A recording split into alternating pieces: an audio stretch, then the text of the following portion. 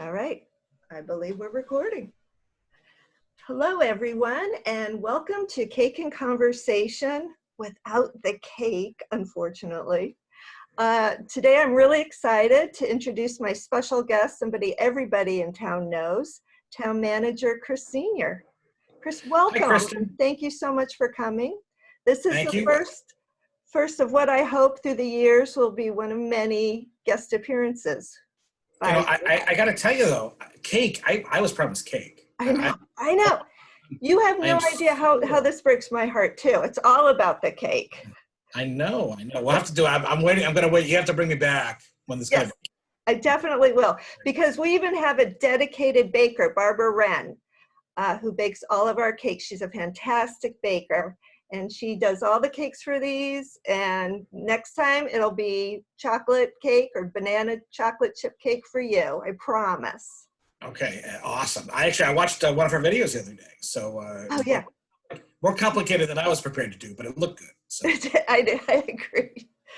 so thank you for having me. I really appreciate all the work that you and all your colleagues at the library are doing. Thank you. Online, you've done a tremendous job of making the ultimate analog operation, right? The library is a physical place where you come and interact and going digital. Yeah. So it's been phenomenal. So thank you for doing this and all the other great work that you and your colleagues are doing, because it's really making a big difference for the community. Well, and it's our pleasure too. I mean, that's why we aim to please, and that's why we do it. And this allows us to keep reaching out to the community, which is important to all of us. So it's our pleasure. So That's I thought fantastic. we would just seize upon this opportunity to give you a chance to sort of catch us all up on the goings on around town. And I know you're super busy, so we'll just get right to it. Let's start with the town meeting. Why don't you let us know where, when, how it's going to work? Okay, so town meeting. We're filming this today, which is May 1st, actually, as we film today.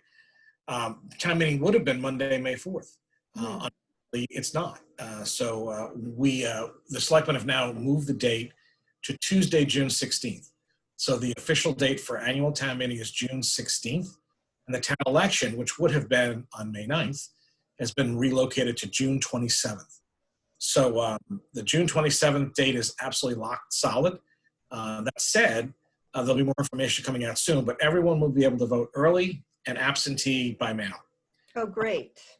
How to request ballots is coming soon. So if you still want to come in person, providing there's not a public health emergency that prevents it, you'll still be able to do that on the 27th. That said, you'll be able to request a ballot and vote from home in advance of the election. So we hope everyone takes advantage of that opportunity. Yeah. Oh, that's good to hear. Excellent. And the big question is town meeting, where? So town meeting has historically been held at the Sullivan Gym up at the high school, and that's where it's scheduled for now. The question is, how can we make that work safely? And we're meeting Town Clerk Carol St. Pierre and myself, folks from facilities, our Director of Public Health, Pam Fahey. We're all talking about how we can make that happen.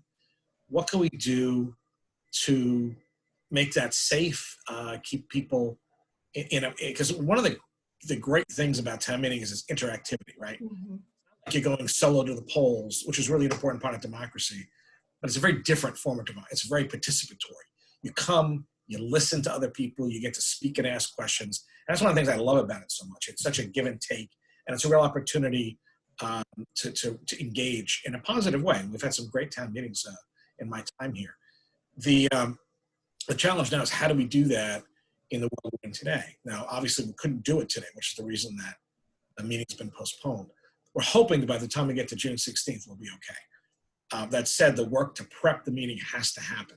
So we were a pretty good distance in getting the warrant done. The warrant is the agenda for the meeting, and the articles of the individual pieces will take up. So a lot of work had already been done. We were, I'd say, 2/3 or more the way through when everything shut down in early March. So we've picked that up. We're going to shrink the warrant down a little bit. Some of the articles are under consideration, primarily the zoning ones. Most of them, the vast majority of them, are going to be probably postponed at this point to the fall. The planning board said, hey, these are important, but they're not critically, we don't have to get them done today. even if they're fairly non-controversial, they're going to take some time to debate and discuss. We don't want to have a 4 or 5 hour meeting. I don't think that's going to be something that we want right now. That said, there are certain key things we have to get done. We need a budget, right? We need a budget by the end of June 30th. The fiscal year is through June 30th. So we need to adopt a budget, and that's something that's really critical. We have a capital plan. There's going to be some projects that we're going to recommend get done and some equipment that we recommend get purchased.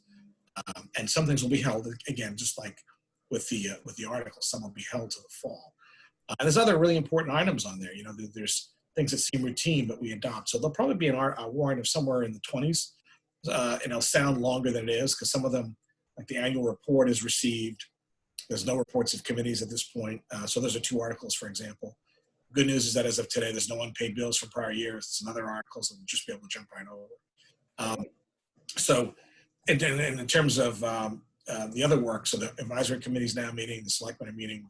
They're going to both be meeting weekly for the next few weeks to have this all put into a bow, hopefully the week before Memorial Day, and then get the warrant all put together, and then it'll be in people's homes by the week before the meeting, which will be June 8th.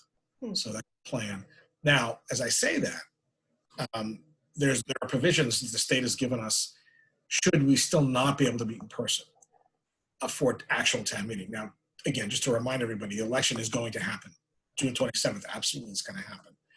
And again, you'll be able to vote in advance and vote from home with an absentee ballot. Town meeting, though, there really isn't a way to meet other than in person. There's been a lot of conversations. I had a great conversation with a member of the advisory committee a few weeks ago about technology the private sector uses for shareholder meetings.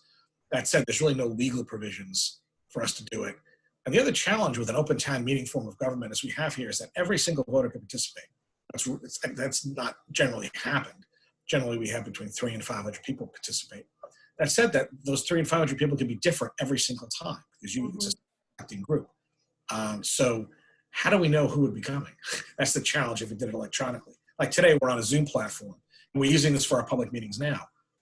It's easy, you can jump into the meeting. People who need to be there are invited in. People who want to watch, we give them their access codes. But if you're a voting participant of town meeting, you need to be validated to go in. You need to be given your voting card. And we haven't quite overcome that hurdle for an open town meeting. We're talking about in some other communities that have representative town meeting where people get elected to town meeting, and they usually have 200 to 300 members.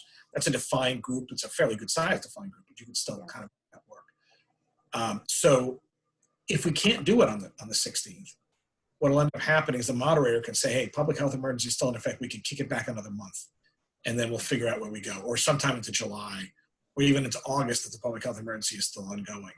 And there are alternatives we can do. Now, we'll cross those bridges when we come to them. That said, the most important thing is public safety, right? We got to keep people safe. We do have a lot of things that have to happen. At the same time, keeping people safe is the most important thing we can do.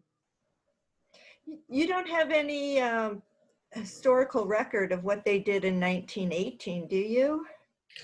That's a good question. Because that was a fall event, typically town meetings are in the spring. I'm gathering town meeting was probably long over. Because historically our town meetings in New England are in the spring. And that pandemic really was more of a late summer, fall kind of a thing, if I recall what I've read.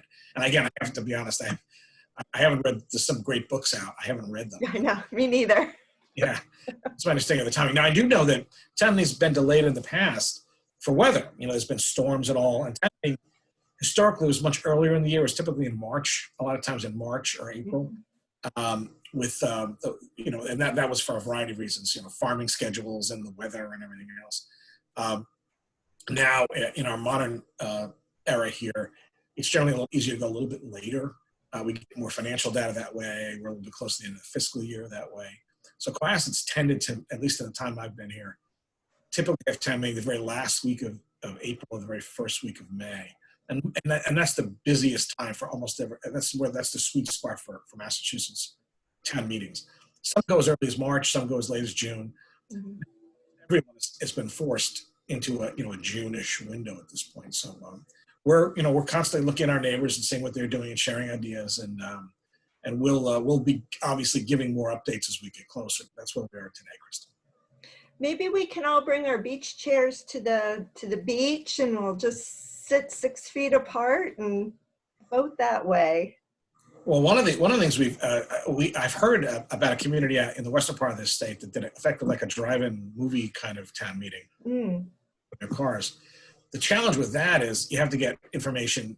How do they hear what's going on, and how do they speak if people want to participate? So, believe me, we're looking at a lot of options. Obviously, if the weather's nice enough, we could be outside on the football field. Uh, mm. just in the bleachers, there's plenty of room in the bleachers, and we can even set up chairs on the ground on the field. So there's plenty of things that we're going to look at that. The Music Circus has a very large parking lot. If there's a way to pull off Yep. a Train tent. station parking lot. There's plenty of Right, parking there right. now. The challenges with that would be how do you sign people in, right?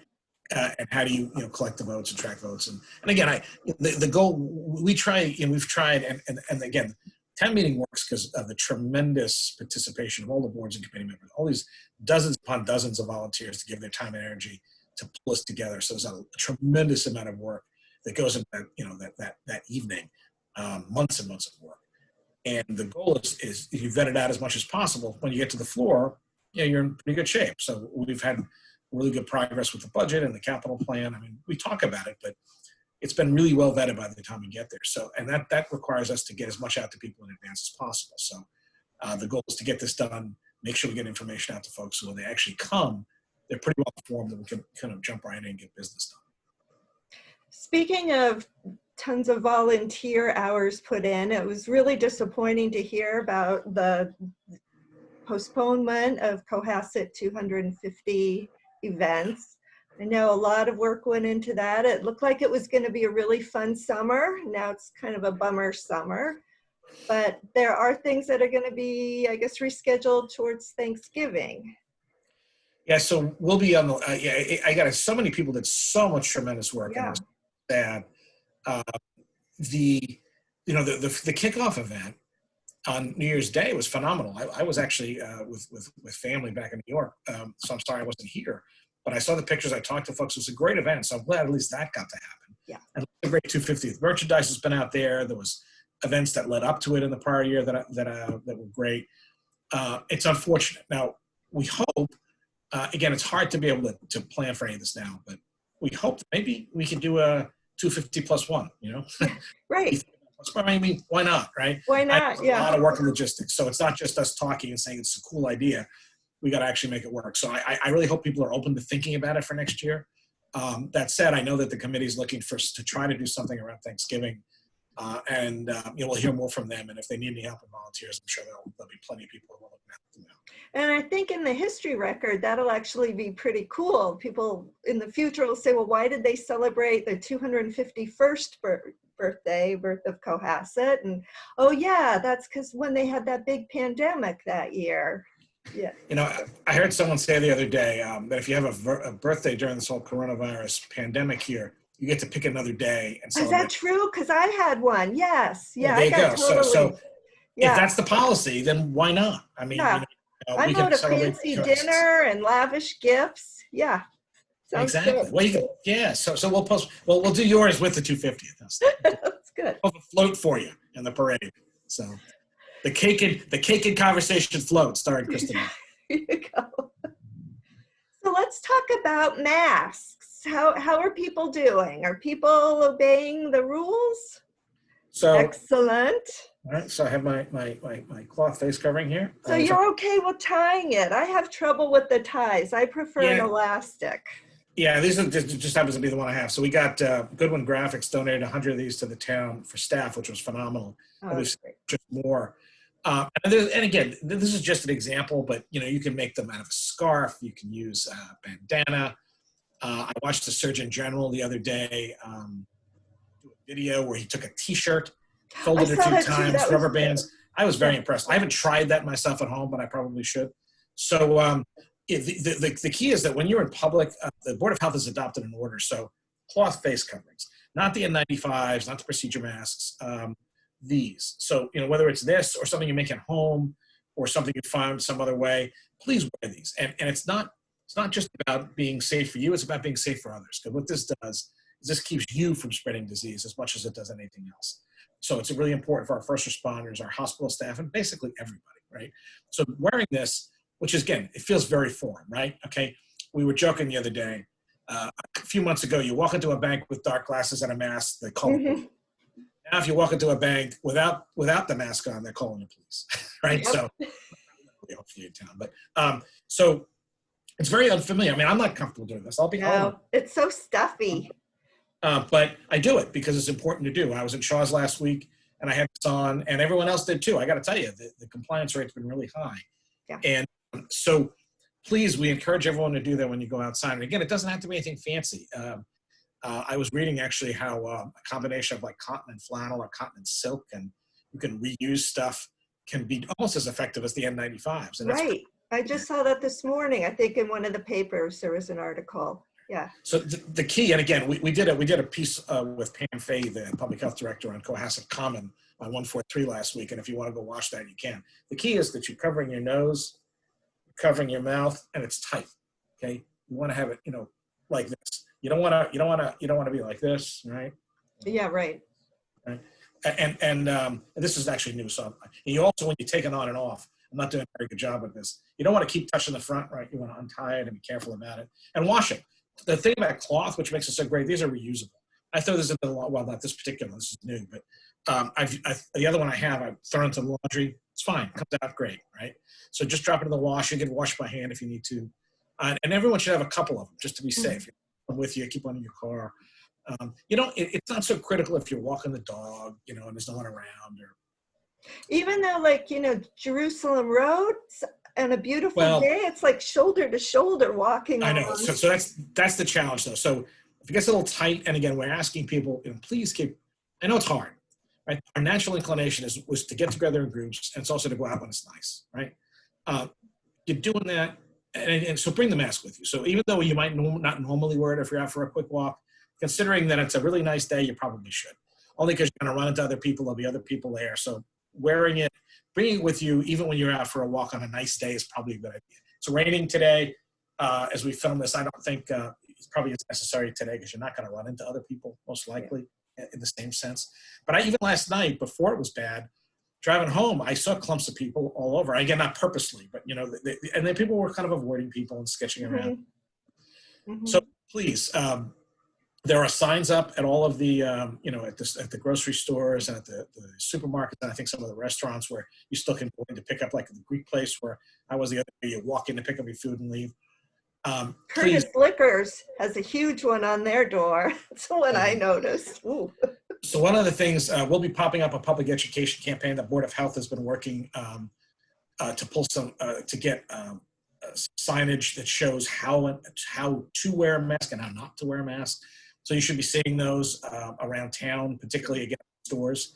And I know that we're working to do a little public education campaign too, with pictures of first responders and staff wearing masks. So if you see those popping up around town, it's because we want to encourage everyone to be safe and to be respectful of each other. And when you're out in public, please wear that mask or that cloth face covering, as we're referring to. So. Let's talk about good news.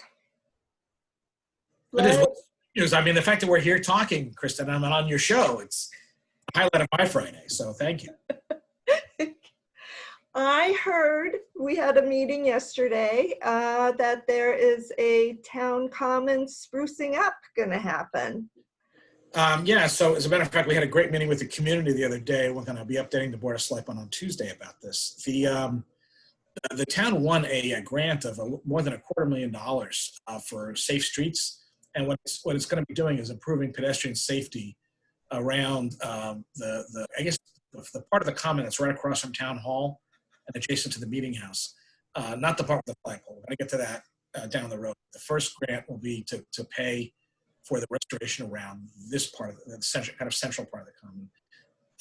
That work will be done hopefully in May and June.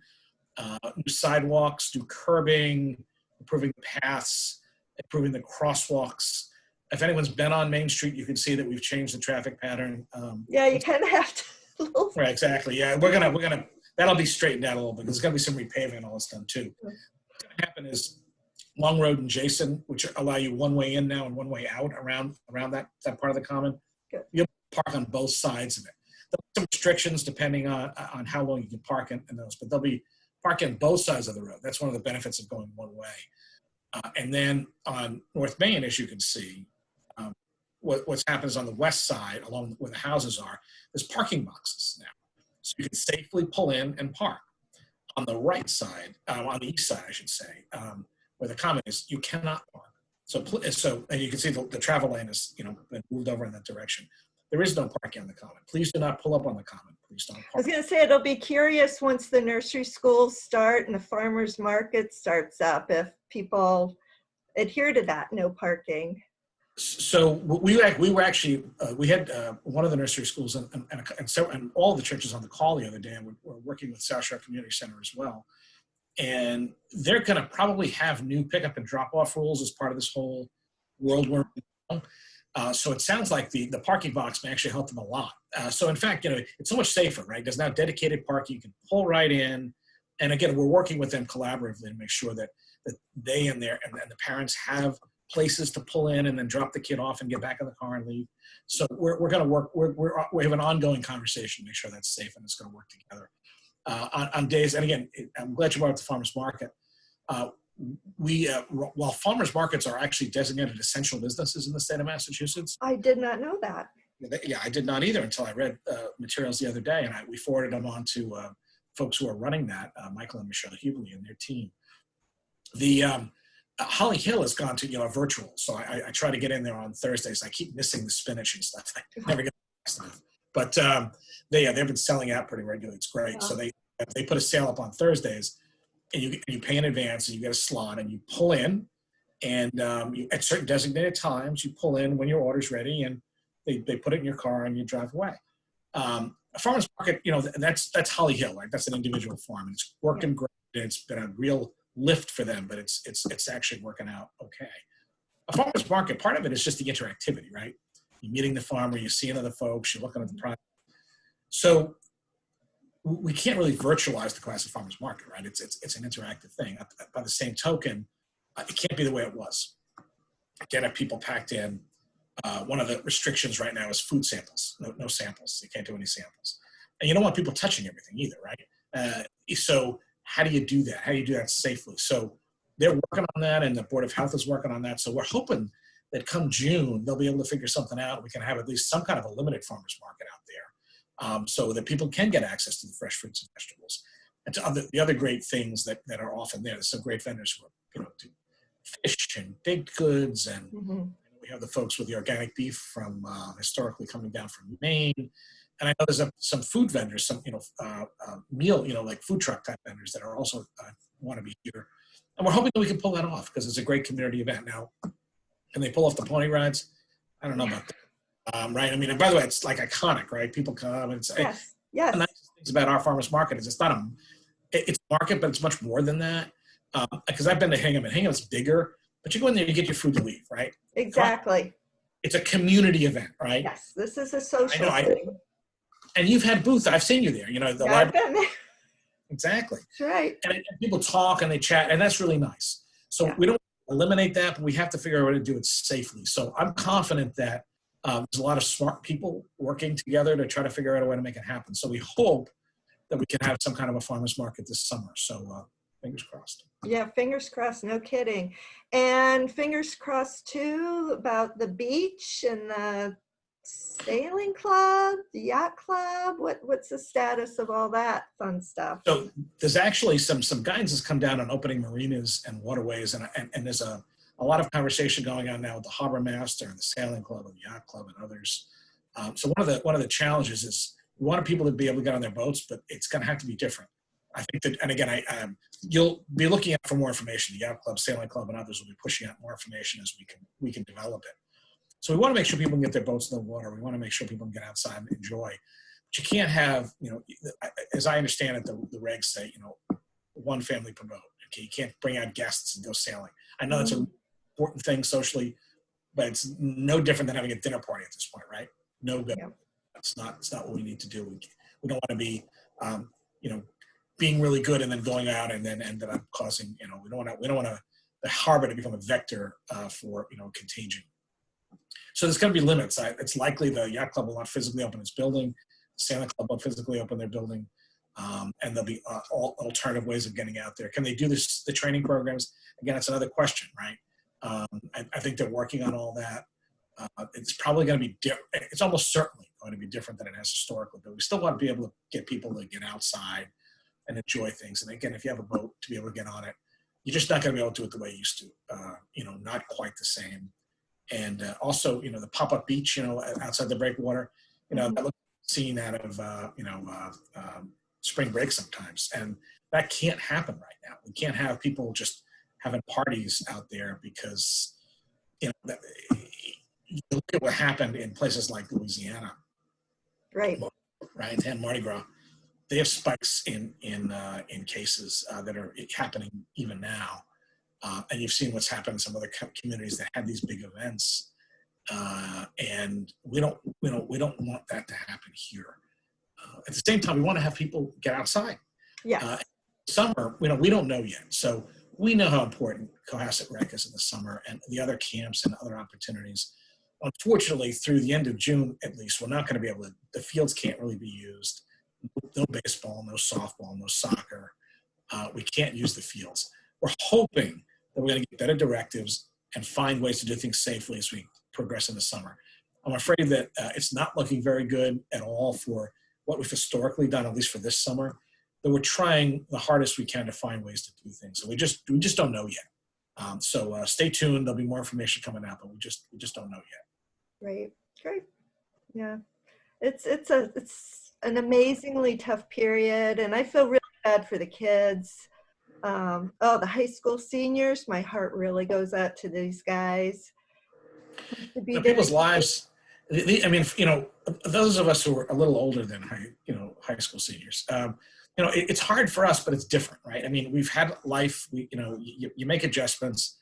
For someone who this is a big benchmark, whether it's a big birthday, right, or a big celebration. Look, we had a police officer and his fiance were having trouble getting a marriage license a few weeks ago. I saw that. They came in, and Carol St. Pierre, the clerk, was able to get them attention. Fabulous. Yeah, that was a great story. In fact, she just did another one today for another couple. So popular in the marriage intention world. So, but it's great that people are still being able to do that, right? Yes. Do the big reception, but they're still being able to get married. They're still celebrating that, and we really, we're doing everything we can to help people who need to do those kinds of things. But the high school seniors, I know that Superintendent Sullivan and his team are really working hard to find ways to get those kids honored and excited and recognized. And I think there'll be a lot more information coming out about that. We're trying to work with them to find ways to do it, to celebrate them, and to make it safe. Good. The graduation and the prom and all that are clearly not happening right now. Right. That said, they're trying to find ways to try to have it happen later in the summer if they can. Oh, that'd be great. That would even make me feel good. Right. No. I mean, we want to do that. I mean, we can all look back at our high school or college graduations. I mean, I have a nephew who's graduating from law school, and I was scheduled to hood him and postpone, right? And his bar exam was postponed too, which is probably good and bad. So he's in limbo, and I can see how that works. And we want to do everything we can to help people continue to celebrate and do those kinds of things in a safe way, right? Yeah. But again, I know that Superintendent Sullivan and all the folks in the schools are working really hard to find ways to make that happen, and we're going to work with them to do everything we can to make. Yeah, and I'm sure they'll figure something out. It's a clever community. Mm-hmm. Okay. We're very blessed. I mean, Cohasset's a wonderful small town, and it's a big town in many ways too, right? The volunteer hours that people pour out, the volunteer skills and resources, it's really great. I mean, one of the community of our size does all the great things like at the library, like author talks and all this other great program, like this program, right? Another great program. I know some communities where they've kind of turtled, and I understand the instinct, right? But it's not that we can't do that, right? As government, we need to be protective of ourselves and our residents, but we can't turtle and just, and stop interacting. And again, so it's something like this, which I really appreciate you inviting me on. This and all the other great programs you've been able to do online are really helping connect community members and our kids to staff and to great, to amazing knowledge and fun, right? Yeah.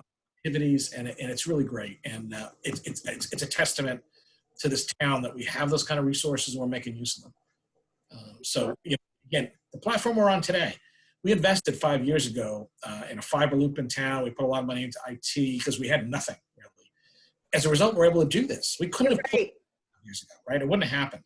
And we're able to do electronic government. We're able to do these kinds of programs. The whole work with the schools, educating kids at home. We couldn't have done that 5 years ago. So it's really amazing. And I really want to thank Ron Menard and their whole team.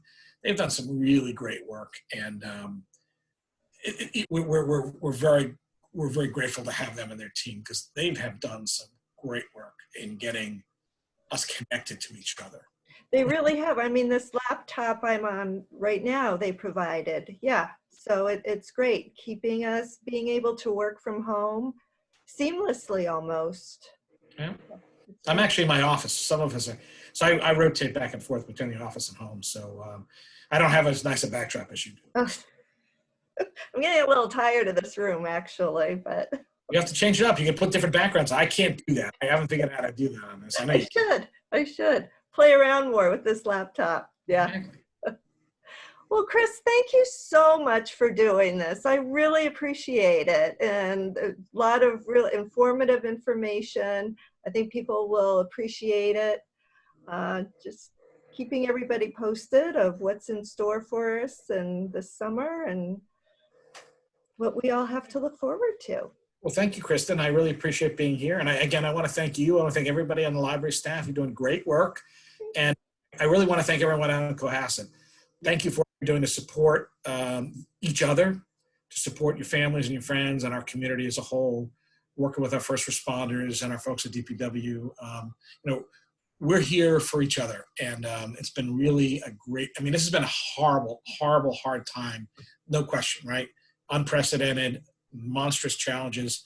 People have really stepped up, and it's not been easy. And it's going to not be easy because, this is not going to turn off like a light switch, right? It's going to be a gradual shift. And I want to thank everybody for all the support you've given to each other and to the community and to the staff. It's been really, really, it's been inspirational. A lot of hurdles to still overcome. Things can happen. Being resilient, being adaptable. It's really been a great thing to see and be part of. And right here, like this, right? We're keeping up a great program with the cake. We got to work on the cake. I know. Cake, right? Important part. I know. I'll make it up to you, don't worry. People are not tuning in to see me. They're like, "Where's the cake? Where's the cake?" So, but again, Kristen, thank you very much. It's been great to be with you today. Look forward to coming back. Thank you. I appreciate it. Have a good weekend. Enjoy the sun tomorrow. Thank you, too. Take care. Bye. Bye, everyone.